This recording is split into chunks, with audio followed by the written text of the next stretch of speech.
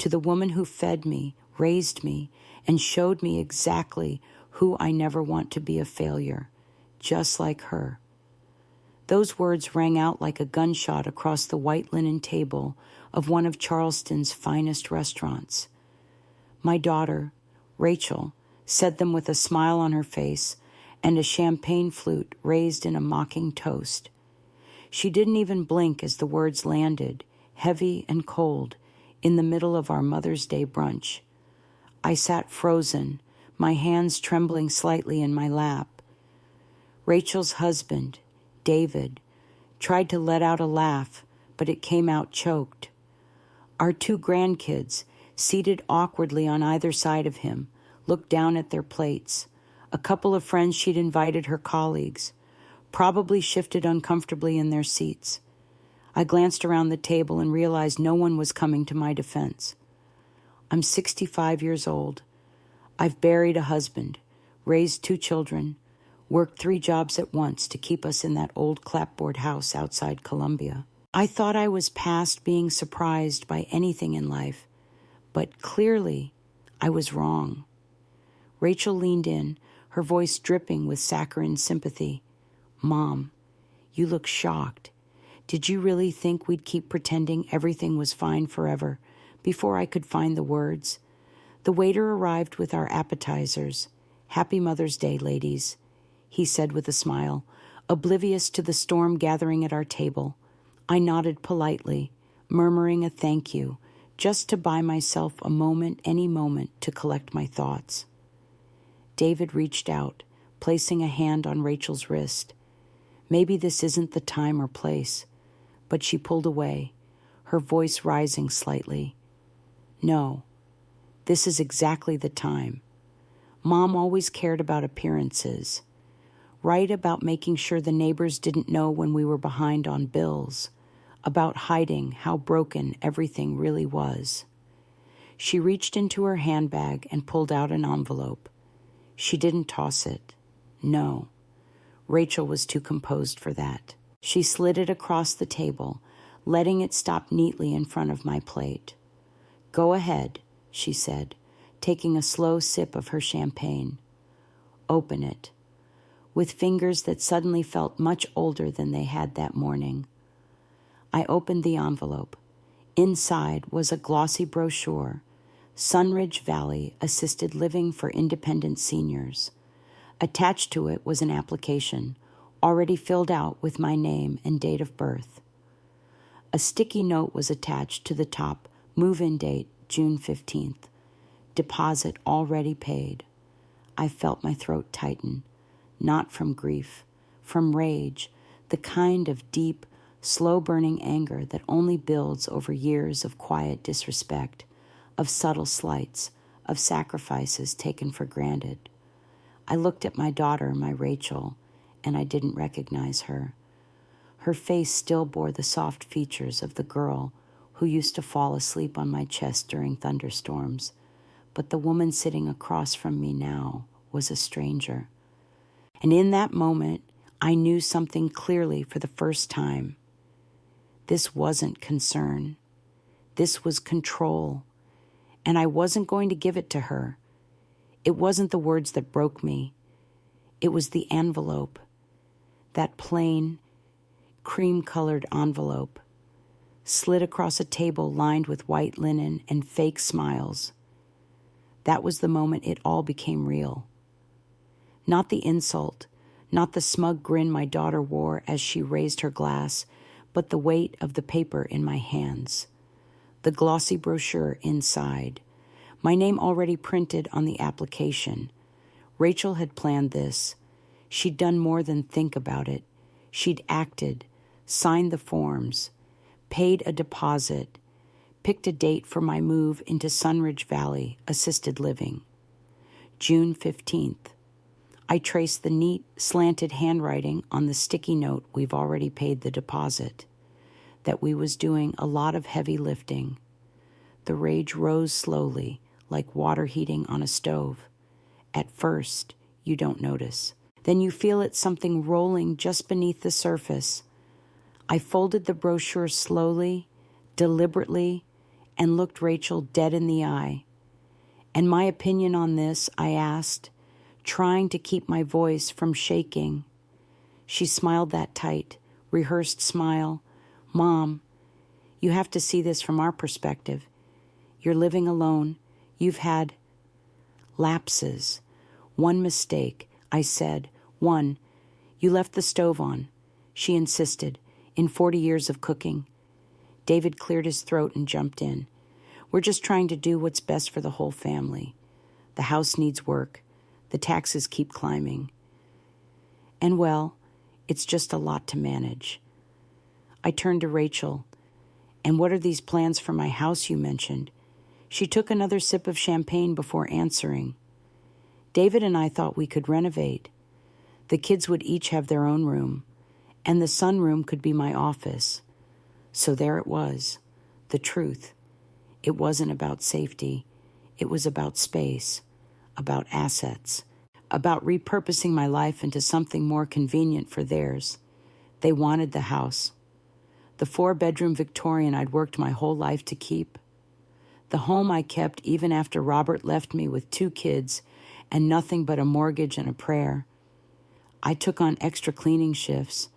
I sold baked goods out of the garage. I lived off soup and toast for a year to make sure my kids could eat. And now they wanted to take it all away like I was just in the way. "I think I'll skip dessert," I said, standing. "Thanks for the enlightening lunch," Rachel hissed. "Don't be dramatic." "Mom, sit down. We're discussing your future." "No," I said, pulling my arm free as she tried to stop me. "You're deciding it for me." I didn't go home. I drove for hours, the brochure on the passenger seat like a ticking bomb.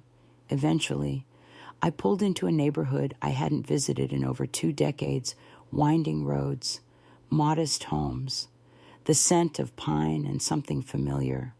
Robert's house, my ex-husband, the man who'd walked out when Rachel was 7, who'd left me to clean up the mess, who, for years, sent checks with no return address, just quiet guilt arriving in the mail every month.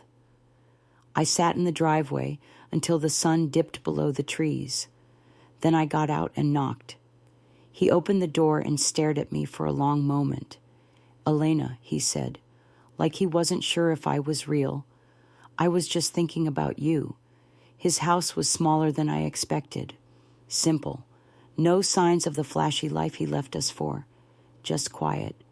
Clean. Pictures of our kids on the walls. He made coffee. We sat at a round table with chipped edges, and I told him everything. Rachel's toast, the brochure, the plan to take my house. He listened, face tight, jaw working. When I finished, he stood and walked to a drawer, pulled out a folder, and slid it across the table. "She came to see me 2 weeks ago," he said. "Said you were losing your memory, getting paranoid. She wanted me to sign a declaration that you're mentally unfit." I opened the folder and found a draft of a legal document. My name, a false diagnosis, a signature line. She told me if I didn't sign it, he continued, she'd tell the kids the truth about why I left. My throat tightened. "She knows pieces, enough to hurt." Robert sighed. "I'm not proud of what I did, Elena, but I won't let her do this to you." He hesitated. "There's something else. I'm sick. Stage 4, pancreatic. For a long time, neither of us spoke. Finally, he said, I changed my will. Half to Michael, half to you. Rachel gets nothing." I nodded slowly. "Thank you." He pulled out a small brass key and slid it across the table. "The lake cabin, 2 hours west. Rachel doesn't know about it. You'll be safe there while we figure this out." The cabin was quiet, old pine floors, faded curtains, and a fireplace that still worked. But it was safe. I stayed up all night replaying the last few years in my mind, the signs, the little comments, the way Rachel had started calling me forgetful, the way David had asked if I'd considered downsizing, I had mistaken concern for control. At dawn, there was a knock on the door. My heart jumped, but it wasn't Rachel. It was Michael. He flew in from Seattle as soon as Robert called him. He hugged me without words, then set his suitcase down and asked, "Tell me everything." And I did. The brunch, the house, the forged paperwork. He sat in silence, then finally said, "We're not letting this happen." He made calls. The first was to Lisa, his ex-wife, and the sharpest family lawyer I'd ever known. They'd divorced amicably years ago, but she had always treated me with respect. She arrived the next morning with her briefcase and her fire. "This is elder abuse," she said, flipping through the documents, "but we're going to stop it and hold them accountable." We spent 3 days gathering evidence. Lisa filed an emergency injunction to block any sale of my home. Michael secured my financial accounts. Robert provided proof of the monthly deposits he'd been sending me, undocumented support for over 20 years. And I, for the first time in a long time, stopped apologizing for existing. Rachel called repeatedly. I didn't answer. Then she sent a text. "Mom, you're embarrassing yourself. You're being irrational. This is happening whether you like it or not." But she was wrong, because now I wasn't alone. I had proof. I had legal support. And more than that, I had my voice back. We went to court the following week. Lisa stood beside me as Rachel and David walked in with smug faces and cheap suits. They didn't expect to see Robert or Michael or Lisa. They definitely didn't expect the judge to frown so deeply when Lisa laid out the timeline of forged documents, false claims, and quiet coercion.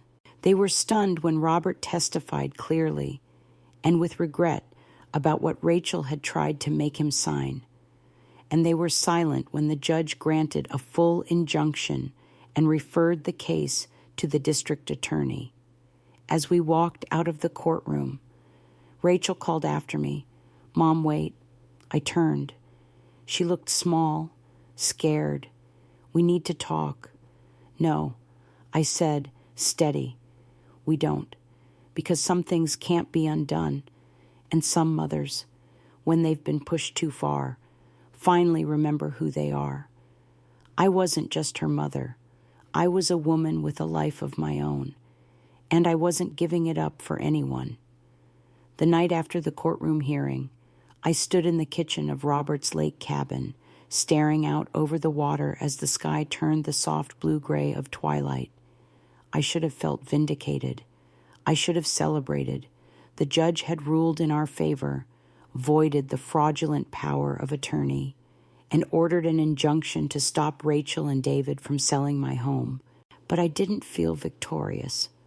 I felt hollow, because the truth is, no matter how sharp the legal win, no court order can undo the pain of being betrayed by your own child. Michael was in the living room with Lisa, quietly going over the next steps, filing for damages, documenting asset protection strategies, securing my estate. Their voices were low, calm, professional. But I could hear the edge in Lisa's tone every time she mentioned Rachel's name. She'd been fiercely protective of me, as if this battle had somehow become personal. Maybe it had. Maybe it was personal for all of us.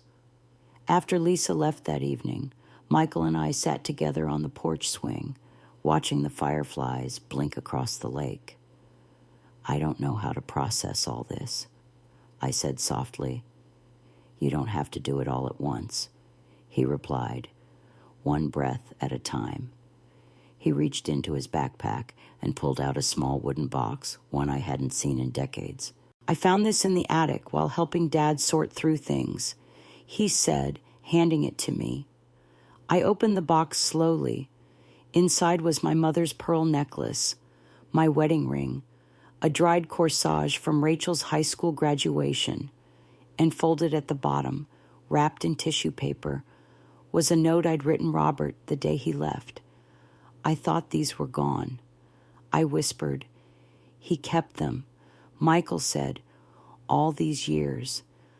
I held the pearl necklace in my hands and felt the weight of everything I had lost: trust, certainty, the illusion of unconditional love from my daughter. But I also felt something else, something I hadn't felt in a long time: strength. Because despite everything, despite the betrayal, the legal ambush, the quiet years of dismissal, I was still here, still standing, still mine. The next morning, Lisa returned to the cabin, all business, in a navy blue suit and laptop in tow. "We're moving forward with civil litigation," she announced. "We have the documentation. We have Robert's testimony. We have the cognitive evaluation clearing you of any impairment." I nodded, still absorbing the idea that I had to sue my own daughter. She crossed a line. "Elena," Lisa said, "more than one. If we don't hold her accountable, she'll do it again, maybe to someone else." I knew she was right. So I signed the papers. Rachel called again that afternoon. I let it go to voicemail. Then another message came through. Then 6 more. Finally, one read, "I'm filing a missing persons report if you don't call me back by noon." Lisa smiled grimly when I showed her the text. "Letter. It only strengthens your case. She's making herself look unstable." But something about it still stung. For all the wrong she'd done, Rachel still saw me as something she could manipulate, control, report missing when I refused to submit. As if I were hers, as if I had no agency of my own. But I wasn't lost. I'd never been clearer in my life. That night, Robert called. His voice was weaker than it had been the week before. The chemo was hitting harder now, and the fatigue was written all over him. But he sounded calm, peaceful, even. "I just wanted to say thank you," he said. "For what? For letting me try to do something good before I go." There was a pause, and then he added, "Elena, I know I hurt you. I don't deserve anything from you, but I wanted you to know I'm proud of you. For standing up, for not shrinking." I didn't say anything at first. I just let his words settle. "I'm proud of me too," I finally replied. The next few weeks passed in a blur of depositions, signatures, and strategy meetings.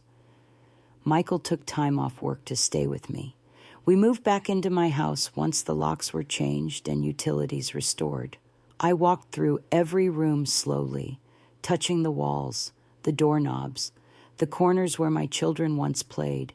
The house felt different, not haunted, not heavy, but reclaimed.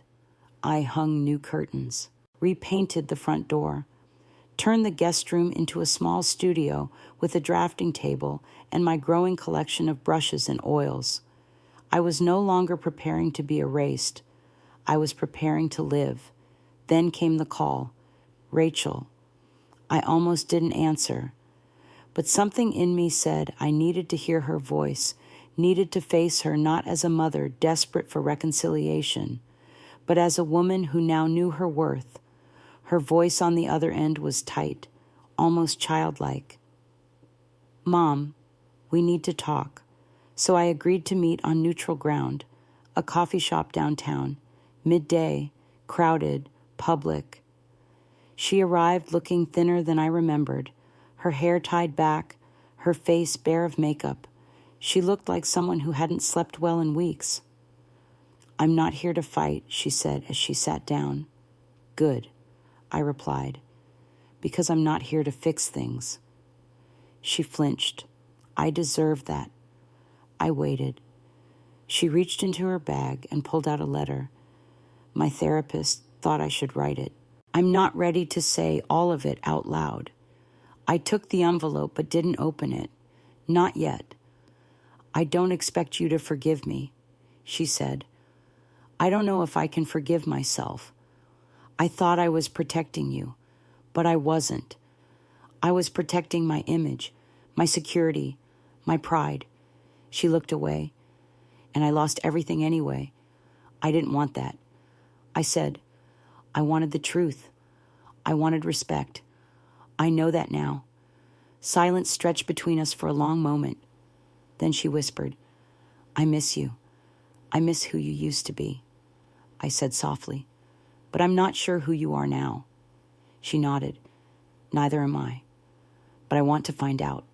I'm trying." I stood. "I'm not promising anything." I said, but I'm not closing the door." And then I walked out, the letter clutched in my hand, not as a symbol of apology, but as proof that I was finally being seen. Back at home, I sat in the sunroom and opened it. It was messy, raw, full of excuses, reflections, painful honesty. But one line stood out. "You didn't fail me. Mom, I failed myself.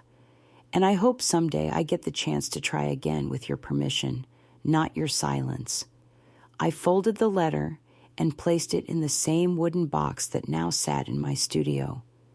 The one filled with memories and mementos I once thought I'd never reclaim. A month later, I spoke at a community event hosted by the Silver Stand, the nonprofit Michael and I had helped grow with Lisa's guidance. I told my story not as a cautionary tale, but as a call to arms for others like me. I spent most of my life believing love meant staying silent, that being a good mother meant giving everything, even when it left me with nothing. I looked around the room, but silence is not love, and survival is not the same as living. You don't have to disappear just because someone you love says you should. The crowd stood and clapped, some with tears in their eyes, not for me, for themselves. Because in my story, they saw their own reflection. That night, I lit a candle by the window, poured a glass of wine, and watched the moon rise. I was not the same woman who sat quietly at a Mother's Day brunch, shamed into silence. I was not a forgotten parent or a discarded name on a forged document. I was Elena James, mother, survivor, and I was finally writing my story on my own terms. 3 months had passed since the courthouse hearing, and Rachel hadn't stepped foot into my house since. She'd called a few times, mostly short conversations, polite, hesitant. Sometimes she asked how I was, sometimes she didn't. Most times she ended with, "Maybe I'll come by this weekend," only to cancel with some vague excuse. Truthfully, I didn't know if I wanted her to come by. And then one Sunday afternoon, just as the sun was casting long shadows over the front porch, the doorbell rang. I opened it and found her standing there. "Hi, Mom," she said, holding up a white bakery box. "I brought your favorite, lemon scones." Her voice was softer than I remembered. Her eyes didn't carry the same icy gleam they had that day at the restaurant. She looked uncertain. I stepped aside and let her in. The house had changed in her absence. The front room now held brighter curtains. I'd rearranged the furniture to make space for a reading nook and a small easel near the window. My oil paints were neatly lined up on a side table. The house was still the same structure, but I had reclaimed it, room by room. "I love the changes," she said, glancing around. "They're mine," I replied simply. She nodded. We sat at the kitchen table in silence for a while. I brewed some Earl Grey and sliced a few strawberries to go with the scones. We were halfway through our tea when Rachel reached into her tote bag and pulled out a manila envelope. "Before you panic," she said quickly, "it's not legal. It's personal." She slid the envelope across the table. "My therapist suggested I write everything down, not just about what happened, about before, about everything I didn't understand until now. I placed my hand on the envelope, but didn't open it. "Thank you," I said. "I'll read it after you leave." She nodded, visibly relieved. For the next hour, we talked about light things, the kids, her new job at the elder law clinic, her latest cooking disaster, something involving burnt quinoa and a fire alarm. She laughed at herself more now. There was a kind of rawness to her humor I hadn't seen in years. "Are you happy?" I asked, not knowing why that question suddenly pressed to the surface. She paused, then said, "I'm not sure I know what that means yet, but I'm not running anymore. That's something." When she left, she hugged me. It wasn't long or tearful, just a quiet, genuine hug. Her hand lingered on my shoulder a moment longer than I expected. It was the most honest gesture she'd given me in years. That evening, I opened the envelope. The letter inside was handwritten 3 full pages, front and back, no legalese, no deflections, just Rachel's words, raw and unpolished. "Mom, there's so much I want to say, and so much I'm afraid to say out loud. I know I hurt you. I see it now, the ways I dismissed you, patronized you, turned you into a problem instead of a person. I was so busy trying to control everything around me that I didn't see the damage I was doing to the people who had already given me everything. I used to think your strength was a kind of weakness, like you didn't know how to demand more. But now I know it takes a different kind of courage to stay, to fight quietly, to keep giving even when no one thanks you. You didn't fail me. Mom, I failed myself. I became someone I swore I never would. And I'm trying to become someone better. I hope you can give me the space to prove that, not because I deserve it, but because I miss you. And I want to learn how to be in your life again, on your terms this time."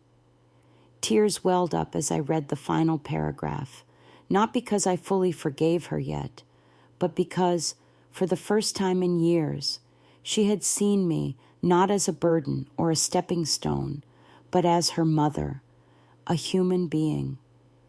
In the weeks that followed, we found a kind of rhythm. Rachel started visiting every other Sunday. Sometimes she brought the kids. Sometimes she came alone. The kids, Emma and Noah, had taken a while to warm back up to me. At first, they were quiet, even shy, as if unsure of how they were supposed to act around their grandmother, now that the grown-ups had made such a mess of things. But then one Sunday, Noah asked if the treehouse was still safe. I smiled. Only one way to find out. That afternoon, the kids ran through the backyard again, laughing as they climbed up the old rope ladder Robert had built 20 years ago. Rachel watched from the patio, arms folded across her chest, her expression unreadable. "I didn't think you'd let them back here," she said. "They didn't do anything wrong." I replied. She nodded, biting her lip. That night, as they packed up to leave, Emma whispered in my ear, "I like it here. Grandma, it smells like cookies and old books." It was the highest compliment I could have asked for. One Sunday in late October, Rachel arrived early. She was carrying another envelope. Before I could brace myself, she said, "It's not a letter. It's a job offer." She handed it to me. She'd been offered a full-time position at a national elder advocacy group based in Washington, D.C., a big opportunity, a new city, a fresh start. The kids and I would move, she said. "It's what I've been working toward." I took a deep breath. "You should go," I said. "You're not upset." "Not at all. This is your life. Rachel, it's time you lived it for the right reasons." She looked down at her tea. "I don't want to lose this," she said quietly, gesturing between us. "You won't. I said. As long as you keep showing up. And she did, even after she moved. She called every Sunday afternoon. She sent postcards. She texted pictures of the kids. It wasn't the same, but it was honest. We weren't mother and daughter in the way we used to be. We were something new, something still mending, but real. That Thanksgiving, Michael flew in from Seattle. Rachel and the kids came in late the night before, their coats still dusted with snow from a surprise East Coast storm. The 5 of us sat around my table, no tension, no courtroom shadows, no hidden agendas, just family. We laughed over burnt stuffing and second helpings of pecan pie. Rachel and Michael even joked about their high school fights and the way I used to ground them both with equal severity. At one point, Rachel caught my eye across the table. She didn't say anything, just held my gaze and smiled. It was the kind of smile I used to dream about getting back. Not triumphant, not defensive, just full of peace. After they all left, I stood alone in the quiet house, the chairs still pushed back from the table, the candle wax cooling in shallow pools. I walked into the sunroom and stood before the easel. I dipped my brush into a fresh color, something bright, almost golden, and made the first stroke of a new canvas. Not because I needed to fill the silence, but because I had something new to say, something only I could paint. It's funny how a house can feel like a person, the way it greets you in the morning, the way it holds your silence when you're too tired to speak, the way its creaks and sighs begin to match your own rhythm. For decades, I poured myself into this house, patching walls, planting hydrangeas, baking my way through grief in a kitchen smaller than it should be. But after everything, after the lawsuit, the betrayal, the letter, the cautious Sunday visits, this house finally became mine in a way it never was before. Not because I paid off the mortgage, but because I no longer had to prove I belonged in it, and I no longer feared someone would take it from me. After Rachel moved to Washington, D.C., things got quieter, not in a lonely way, in an open space sort of way. For the first time in my life, I wasn't tethered to anyone's expectations. No dinners to plan unless I wanted them. No calls to answer out of obligation. Just me, my books, my garden, my art, and a sense of stillness I'd forgotten I could even feel. Each morning, I made tea and sat on the porch swing. Robert built the summer before he left. It used to feel like a reminder of what I'd lost, but lately, it felt like a monument to what I'd survived. Sometimes I'd get texts from Rachel, pictures of the kids painting or playing cello, updates about her new position at the advocacy group. She kept her word. She didn't disappear. She didn't overcompensate either. She just stayed present in a quiet, steady way. That was all I ever wanted from her. One cold morning in January, I stood in the sunroom, looking at the latest canvas I'd been working on for weeks. It was a wash of color, burnt orange for the pain, slate blue for the calm that came after, a red streak cut across the middle like a vein of fire. I didn't know what I was painting until I finished. It was becoming the mess, the clarity, the movement of someone no longer waiting to be loved right, but loving herself enough to go on. A few days later, I entered it in a local gallery's community show. I almost didn't. Old voices crept in, telling me I wasn't good enough, that it was too late, that my story didn't matter, but I submitted it anyway. Because the truth is, I wasn't painting to be admired. I was painting because I finally had room to say something. That same week, I received a letter from a woman named Janice. She'd attended one of the Silver Stand events where I'd spoken about elder abuse, financial betrayal, and late life empowerment. Her letter was handwritten in loopy cursive on lavender stationery. Dear Elena, I never thought I'd hear someone describe what happened to me and make it sound like survival instead of shame. My son convinced me to sign away half my pension. I've been too embarrassed to even tell my friends. But when you stood up and spoke about your daughter, about courtrooms and tree houses and forgiveness with conditions, I saw myself. Thank you for reminding me that I still matter. I read that letter 3 times. Then I cried, because it reminded me this wasn't just my story. It was ours. By spring, the silver stand had grown into something real. Michael had set up a full website. Lisa was overseeing the legal intake process, and I had become something I never imagined I'd be, a peer advocate. I wasn't a lawyer. I didn't have a degree in social work, but I had lived it, and sometimes that was enough to help someone else believe they could live through it too. Once a week, I took calls from women like Janice. I listened to their stories, held space for their heartbreak. I didn't try to fix them. I simply told them the truth. You are not weak. You are not foolish. You are not alone. Rachel and I stayed in touch regularly. Our conversations were no longer careful. They were real, sometimes difficult, sometimes short, but always honest.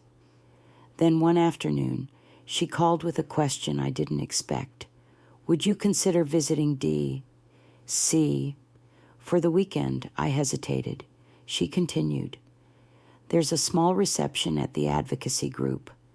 Nothing fancy, but we're honoring some of the work that inspired the policy changes we're pushing for. And well, your story is one of them. I didn't do it for credit. I said, I know. She replied, but I want you to be there, not as my mother, as the woman who reminded me who I wanted to become. The plane ride was quiet. I watched clouds roll past the window and thought about how many versions of myself I had been: daughter, wife, mother, ghost, and now something else entirely. The reception was held in a modest conference space full of warm lighting and kind faces. Rachel stood at the front, dressed simply, no flashy jewelry or performative polish, just herself. When she spoke, her voice didn't waver. I used to think power meant control. She said, now I know that real power starts with accountability and sometimes the courage to say you were wrong. She looked right at me as she said it. Afterward, she introduced me to colleagues, some of whom had read the court case file, others who had no idea who I was. One young intern, maybe 22, no older than Emma, shook my hand and said, I hope I grow up to be as strong as you. I smiled. I hope you never have to be. That night, back at Rachel's apartment, the kids curled up on the couch watching a movie. Rachel poured 2 glasses of wine and joined me on the balcony. Thank you for coming, she said. I nodded. She looked out over the city skyline. Do you ever wonder how it all could have gone differently all the time? I said. But it didn't. Silence stretched between us. Then I added, and maybe that's okay. She turned to me. I still have a lot to make up for. Rachel, I said gently, what you're doing now, it matters more than what you failed to do before. Her eyes welled. She blinked quickly, then reached for my hand. Can we keep going? She asked. Even if it's slow, I squeezed her hand. I wouldn't have it any other way. Back home a few days later, I stepped out into the backyard. The treehouse was still standing, a little crooked now, the paint fading, but solid, just like me. I looked up at it and smiled, because sometimes we rebuild not from scratch, but from the pieces left standing after the storm. I left the test results on the kitchen counter. Not hidden, not locked away, just there, right by the fruit bowl, under the TV remote, next to the mail no one ever opened, my latest mammogram report, stamped in bold letters, abnormal, further testing required. I thought Rachel might see it. She'd stopped by to drop off the kids for the weekend, stayed long enough to check her phone 3 times, complain about traffic, and ask if I'd ordered the gluten-free waffles like she requested. She didn't glance at the paper. David came in behind her, wearing that signature cologne he always overused, kissed the top of my head, and asked if the guest room sheets had been changed. They left within 10 minutes. Neither of them saw the report. Or maybe they did and chose not to. It's hard to tell the difference anymore. I didn't cry, not when the doctor said the word biopsy, not when the nurse gently took my hand after the scan, not even when the call came 3 days later with the confirmation. Stage I breast cancer, caught early, treatable, manageable, still. It shook me, not because I was afraid to die, but because I realized, truly realized for the first time in my life, that if I were to disappear tomorrow, the people I had built my entire world around might not notice I was gone until the dog needed feeding or the mortgage went unpaid. It wasn't the disease that made me feel hollow. It was the neglect, the casual kind, the kind that settles into a family like dust on forgotten shelves. I went through treatment mostly alone. A neighbor named Gloria from book club drove me to my lumpectomy. The anesthesiologist patted my shoulder and said, "You're braver than you think." And I remember smiling behind my surgical mask, thinking, "You have no idea." I didn't tell my children. I couldn't bear the idea of watching them pretend to care, only to let that caring fade like a voicemail they never returned. Instead, I kept it quiet. I ordered my own post-surgical bras, booked my follow-ups, and sat in waiting rooms reading old magazines and watching younger women panic over missing work or babysitters. No one in those waiting rooms looked like me, tired not from the cancer, but from a lifetime of never being prioritized. When the nurse called to say I was in remission, I went home, opened a bottle of Chardonnay I'd been saving for, well, I'm not even sure what, and I toasted myself to survival, to silence, to strength. Then I packed a bag. I had some money saved. Robert's quiet monthly deposits over the years had added up. When he passed, I used a small portion of what he left me and sold off a dusty rental property no one in the family remembered we owned. And I booked myself a month at a wellness resort in California. Not the kind with green juice and unbearable influencers. This place was in Ojai, nestled between orange groves and soft hills, built around stillness. They offered no program, no lectures, just space and silence. I arrived with 2 suitcases, a journal, and a heart full of ache. The front desk clerk handed me a robe and a key to a little cottage with lavender blooming outside the window. "There's a painting studio at the top of the hill," she said.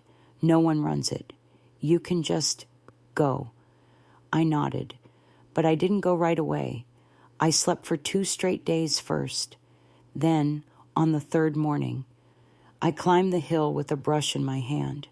I hadn't painted in over 40 years.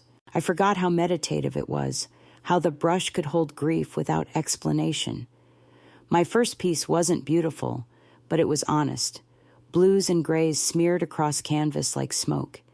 In the middle, a thin ribbon of gold. Hope, barely. And that's what I was, barely hopeful, but present. A week into my stay, I met Sylvia. She was 78, wore linen tunics, and called herself a retired mother. I laughed when she said it. She explained, "I raised 4 kids, buried a husband, gave everything away. And one day I woke up and realized no one was coming to rescue me, so I rescued myself. We talked every morning after Tai Chi, and every night over chamomile tea.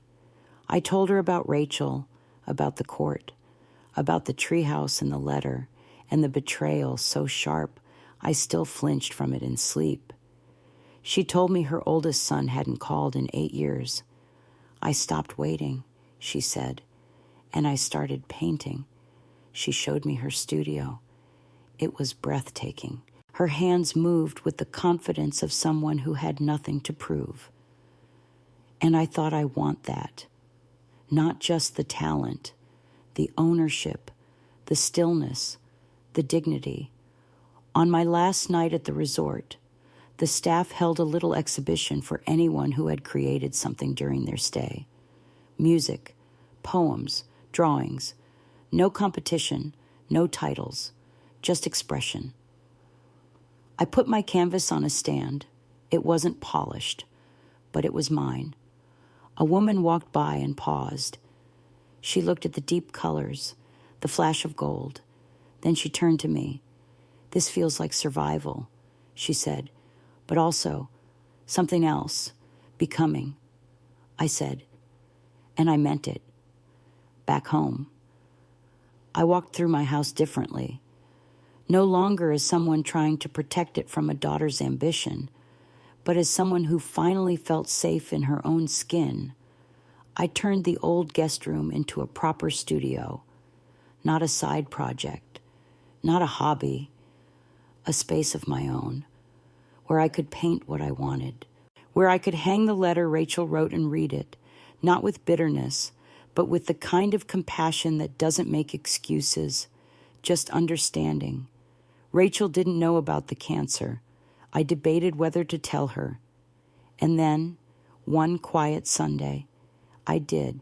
We were having tea. She'd come to visit, alone this time. I told her everything, the test result, the treatment, the wine I drank in silence. Her face fell. The color drained from her cheeks. "Why didn't you call me?" she asked, her voice cracking. I didn't answer right away.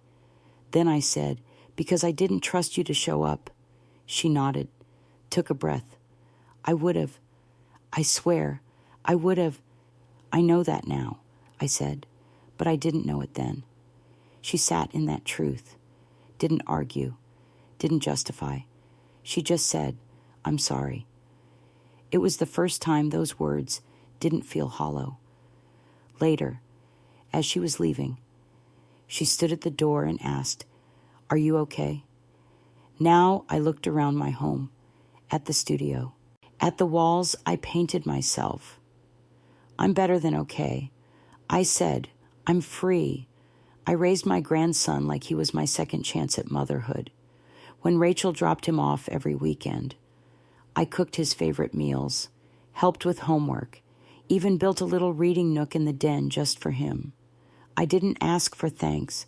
I just wanted to be part of his life. That all changed the day he threw hot water at me during a tantrum. It wasn't boiling, thank God, but it stung. It startled me, and what hurt more than the act itself was Rachel's reaction. She barely looked up from her phone. "He's just a kid," she said. "You probably startled him," David added. "Let's not make this a big deal." I stood there, dripping and silent, suddenly realizing just how invisible I had become in my own family's eyes. I packed a small bag that night, but before I left, I took the one thing they forgot I had access to: the security camera footage. Installed by David for safety, it had recorded everything: the disrespect, the dismissal, the injury. A week later, with the help of a friend from church, I posted it online. No captions, no anger, just truth. And the truth spread. Messages poured in from strangers, older women, caregivers, grandparents. "Thank you for standing up," they wrote. "Thank you for showing we don't have to stay silent." Today, I live in a peaceful apartment near the lake. I paint. I volunteer. I laugh with friends who see me, really see me. I am not a footnote in someone else's story. I am writing my own. Sometimes the deepest betrayal comes not from strangers, but from those we love most. But silence doesn't protect dignity. Truth does. You are not too old, too tired, or too late to stand up for yourself. Have you ever felt invisible in your own family? Share your story in the comments. And if you believe every voice deserves to be heard, especially in later life, subscribe to this channel for more powerful, real-life stories that remind us our worth never expires.